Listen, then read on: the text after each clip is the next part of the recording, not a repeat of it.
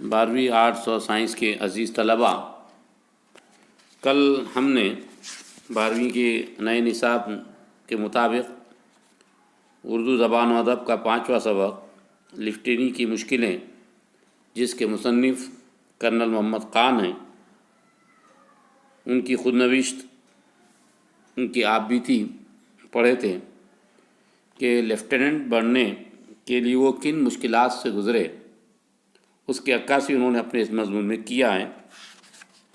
کل اس سبق کا نصف حصہ ہم نے پڑھے تھے، آج اس سے آگے کے حصے کو لیتے ہیں۔ اتنے میں 2 خوش لباس انگریز اندر داخل ہوئے، یہ بھی فوجی وردیاں پہنے ہوئے تھے۔ فوجی وردیوں سے مراد فوجی لباس، لیکن ان کے بازوؤں پر 3 دھجیاں نہ تھیں، بلکہ کندھوں پر پیتل کے 3 چمکتے ستارے تھے۔ یہ افسر تھے۔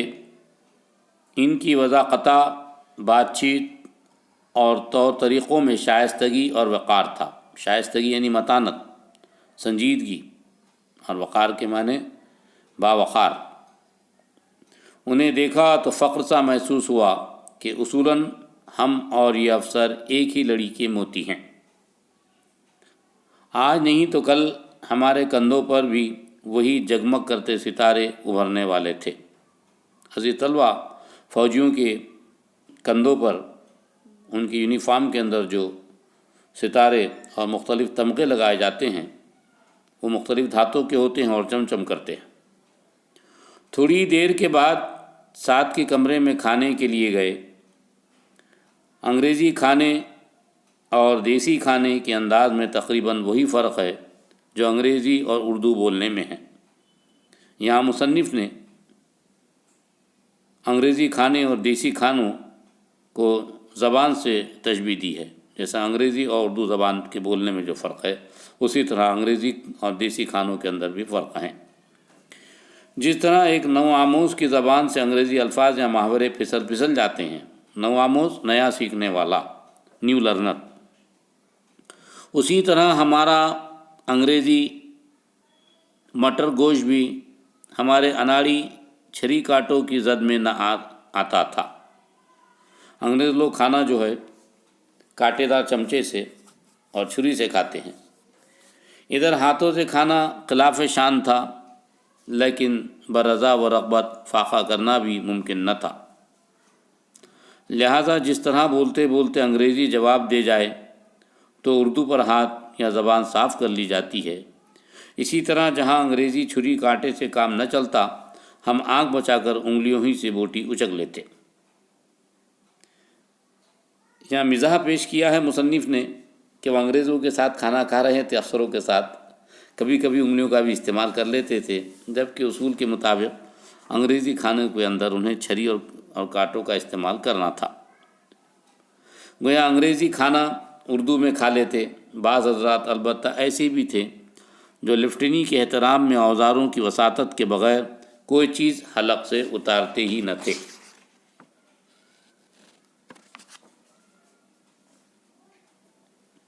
ان میں سے کئی ایک کو دیکھا کہ چھری کانٹا لیے پلیٹ میں مٹروں کا تعاقب کر رہے ہیں، اور مٹر ہیں کہ ادھر ڈوبے ادھر نکلے، ادھر ڈوبے ادھر نکلے۔ مصنف کی مراد ہے یہاں پر کہ مٹر کی مقدار اس میں کم تھی۔ قصہ مختصر، اس کی ان مٹروں کو کوئی غضن پہنچتا، بہرے پلیٹیں اٹھا کر چل دیے، اور لیفٹیننٹ صاحبان اپنا سا منہ اور چھری کانٹا لے کر رہ گئے۔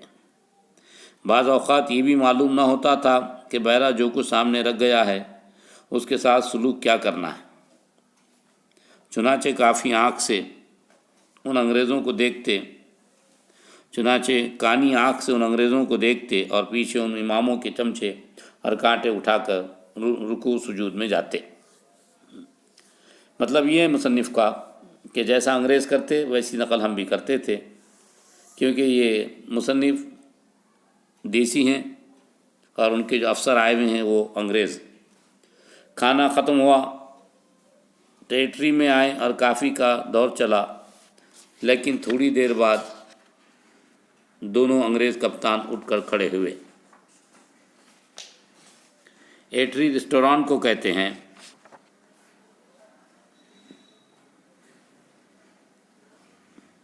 اور یہ خوشگوار مجلس برخاست ہو گئی۔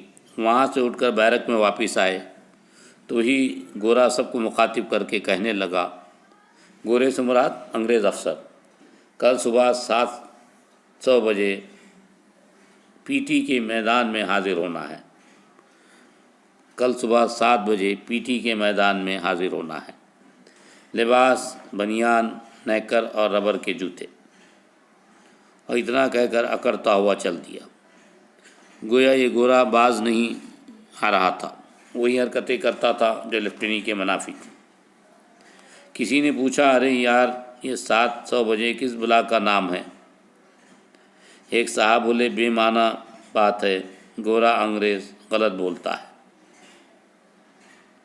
ایک فوجی کیڈٹ نے آہستہ سے کہہ دیا، اس کے معنی ہے صبح 7 بجے۔ دن بھر کے تھکے تھے، صبح تیار ہوتے ہوتے ہم میں سے کئی ایک پی ٹی کے لیے 7 بجے سے 1-2 منٹ بعد پہنچے۔ کالج میں ہم گھنٹوں دیر سے پہنچا کرتے تھے، اور اگر پروفیسر صاحب کے ماتھے پر ایک آدھ ہلکی سی شکن آ جاتی تو لمحے بھر میں بغیر استری کے ہموار بھی ہو جاتی تھی۔ اس گورے نے جو ہمیں ذرا دیر سے آتے دیکھا تو کچھ اس انداز سے چلایا گویا بھونچال آ گیا، جیسے کوئی زلزلہ آ گیا۔ رہیں اس کی پیشانی کی شکنیں تو اس کی اصلاح کے لیے استری کے بجائے روڈ رولر درکار تھا، مطلب اتنا غصے میں تھا وہ۔ ہم خاموشی سے قطاروں میں کھڑے ہو گئے اور پی ٹی شروع ہوئی۔ پہلے تو ہمیں میدان کے ارد گرد دوڑایا گیا، یعنی ڈبل کرایا گیا۔ ڈبل کے یہ معنی ہے ہمیں پہلی دفعہ معلوم ہوئے۔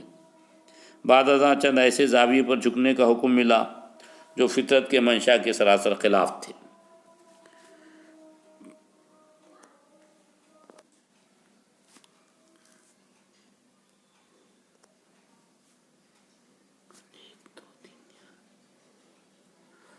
کوئی 8 گھنٹے کی پی ٹی کے بعد ہم تسخیر فطرت میں تو کس قدر کامیاب ہو گئے، لیکن ہماری اپنی ترکیب عناصر میں خاصا خلل آ گیا۔ آخر پی ٹی ختم ہوئی اور حکم ہوا کہ ناشتے کے بعد پھر یہیں حاضر ہونا ہے۔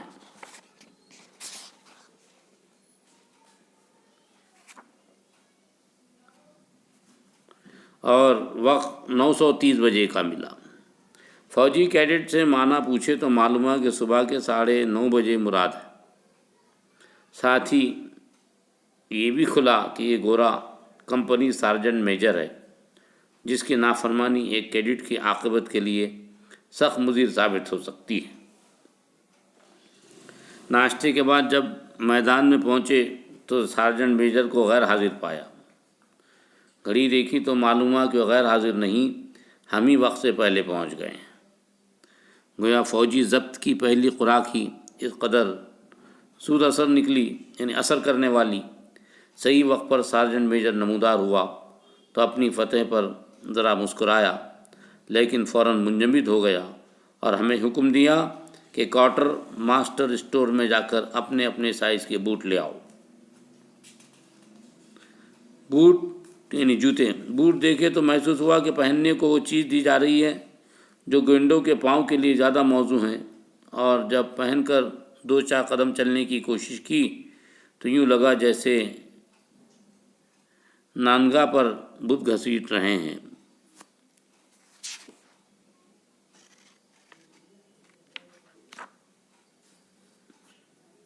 فوجی کیڈٹ نے آہستہ سے کہہ دیا کہ ان بوٹوں کے ساتھ تو ڈبل بھی کرنا پڑے گا۔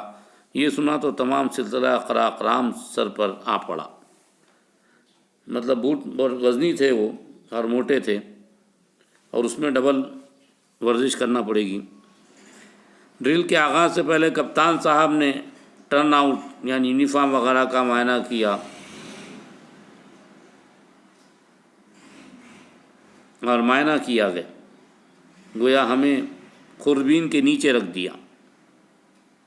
ہم نے ڈرل میں شرکت سے پہلے فوجی کیڈٹ کو بوٹ، پٹی نمبر، بٹن، پیٹی، فلیش وغیرہ دکھا لی تھی، لیکن کمپنی کمانڈر صاحب نے ہمیں دیکھتے ہی جیسے پہچان لیا اور فرمایا، کیڈٹ نمبر 15، کالر پر ایک سفید ذرہ، ان